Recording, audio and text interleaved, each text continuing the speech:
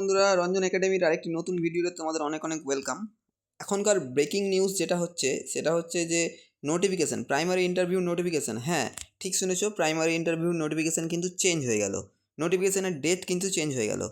তোমরা এর আগেই যেটা আমাদের একদম ইন্টারভিউ নোটিফিকেশানের ডেট দিয়ে দিয়েছিল, সেই নোটিফিকেশানের সাথে আজকে নোটিফিকেশান তোমরা যদি মিলাও তাহলে দেখবে অনেকের নোটিফিকেশানের ডেট কিন্তু চেঞ্জ হয়ে গেছে। দেখো, এরপরে কিন্তু 5 নম্বর ফেজের ইন্টারভিউ কিন্তু চলছে এখন রানিং, ঠিক আছে? নদিয়া জেলার চলছে। নদিয়া জেলার পরেই কিন্তু যে জেলার শুরু হওয়ার কথা ছিল সেই জেলার কিন্তু ইন্টারভিউ নোটিফিকেশান এখন আর চলবে না, ইন্টারভিউ কিন্তু চলবে না।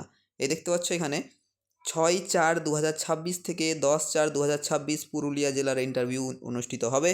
তারপরে 7th ফেজে শুরু হবে বাঁকুড়া জেলার 16/4/2026 থেকে 16/4/2026, 17/4/2026, 20/4/2026 এর থেকে শুরু করে 24/4/2026 এবং 27 এবং 30, 27 থেকে 30 এই কদিন কিন্তু চলবে বাঁকুড়া জেলার ইন্টারভিউ। তারপরে 8 নম্বর ফেজে চলবে আলিপুরদুয়ার এবং দক্ষিণ দিনাজপুর 5/5/2026 থেকে 8/5/2026। যেটা মালদা জেলার করা হয়েছিল সেটা কিন্তু পাল্টে গিয়ে আলিপুরদুয়ার এবং দক্ষিণ দিনাজপুর জেলার হয়ে গেল। কারণ মাঝখানে ভোট যেহেতু ঘোষণা হয়ে যাবে এই 16 তারিখে ভোট ঘোষণা হয়ে যাবে, সেই কারণে কিন্তু আর কোনো ভোটের মধ্যে আর কোনো ইন্টারভিউ কিন্তু চলবে না। তোমরা দেখতেই পাচ্ছ একদম ভোট পর্ব শেষ হওয়ার পরে 6/4 থেকে কিন্তু ইন্টারভিউ শুরু হচ্ছে, অর্থাৎ এই সামনে আর কোনো ইন্টারভিউ কিন্তু চলবে না, এর মধ্যে আর কোনো ইন্টারভিউ কিন্তু চলবে না। দেখতেই পাচ্ছ একদম 16/4, 6/4-এর পর একদম 16/4, 16/4, 17/4।